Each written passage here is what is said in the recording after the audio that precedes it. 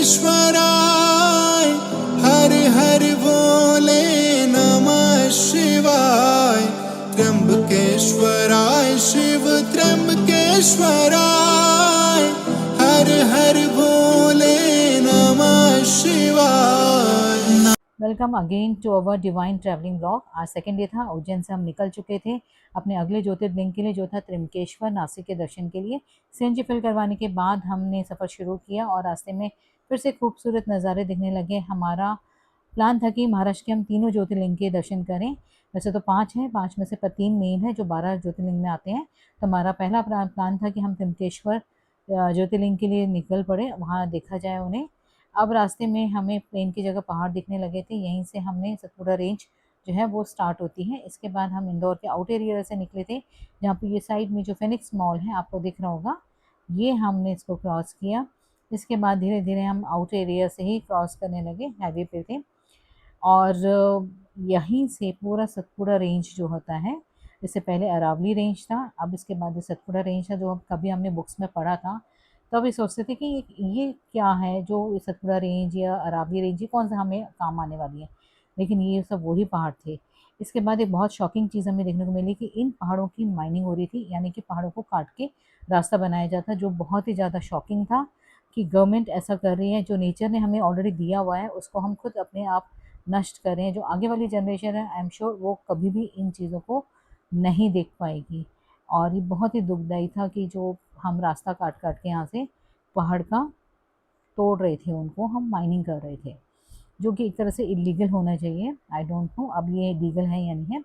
इसके बाद हॉल्ट के लिए हमें हॉल्ट लेना था, तो हम एक जगह रुके, जो था राजपूत ढाबा, इंदौर के बिल्कुल आउटर में। बहुत ही अच्छा था, एम्बियंस बहुत अच्छा था, बहुत नीट एंड क्लीन, बहुत ही मतलब अट्रैक्टिव आप कह सकते हो वो था।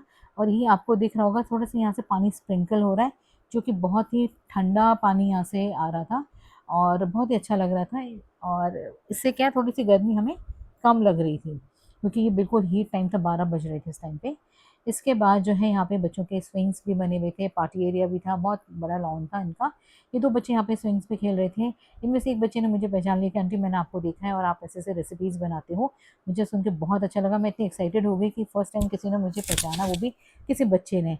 मैं उस बच्चे से उसका नाम पूछना भी भूल गई, मैंने पिक्चर भी क्लिक की थी, आई डोंट नो पिक्चर कहाँ रह गई। इसके बाद हमने यहाँ पे चिल्ली गार्लिक सैंडविच हमने ऑर्डर किया, जो बहुत ही टेस्टी था। ये हम एक रेस्टोरेंट में रुके हुए हैं, रास्ते में हाईवे पे हैं, जिसका नाम है राजपूत।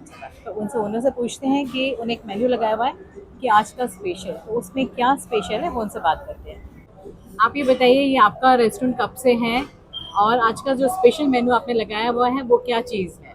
मैम, ये हमारा पहले तो ढाबा, अपना नाम बता दीजिए भैया। मेरा नाम त्रिलोक ठाकुर है और ये ढाबा यहाँ पे 15 साल से है, आगरा बॉम्बे हाईवे पे। और आज का जो स्पेशल है पनीर मस्ताना, वो थोड़ा सा हमारे इंदौर के टच में है, हल्का सा स्पाइसी रहता है, चटपटा रहता है हम लोगों की तरह। तो ये आज का वही है स्पेशल। और बाकी हमारे यहाँ का दाल बाफला सबसे फेमस है मालवा का, जो कि हम यहाँ पे सर्व करते हैं। तो दाल बाफला जो राजस्थानी थोड़ा सा पैटर्न है राजस्थानी थाली में, वो मिलता है हमारे यहाँ का, फेमस है। और आपका कब से है रेस्टोरेंट, यहाँ पे कितने ये साल हो गए? 15 सालों से 15 सालों से है। 15 सालों से। तो आप सभी से रिक्वेस्ट है कि जब भी आप नासिक जाएं या फिर आप इधर उज्जैन इस साइड आते हैं, तो आप जरूर विजिट करिएगा। ये ऑन द वे है, बहुत अच्छा है, राजपूतों का है, तो प्लीज एक बार विजिट जरूर करिएगा। Thank you. यहाँ पे हमने चिल्ली गार्लिक टोस्ट ऑर्डर किए थे, जो बहुत ही टेस्टी थे। और आप आइए, आप लोग भी यहाँ पे विज़िट करिए, खाइए अगर आप कभी यहाँ से क्रॉस करते हैं तो।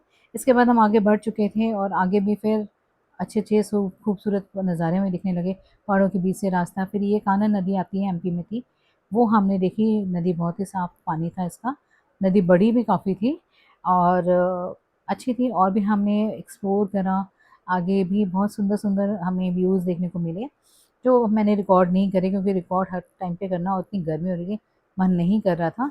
इसके बाद हम आगे बढ़े और आगे भी नज़ारे खूबसूरत थे और बड़ी खुशी हो रही थी कि इतना अच्छा अच्छा व्यूज़ थे। फिर उसके बाद हमने एक हॉल्ट लिया लंच के लिए।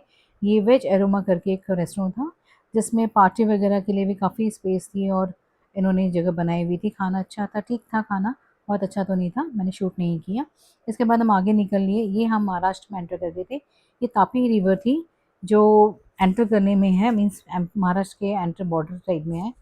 इसके बाद ये भी, यहाँ का भी पानी साफ़ था। इसके बाद हम आगे निकले।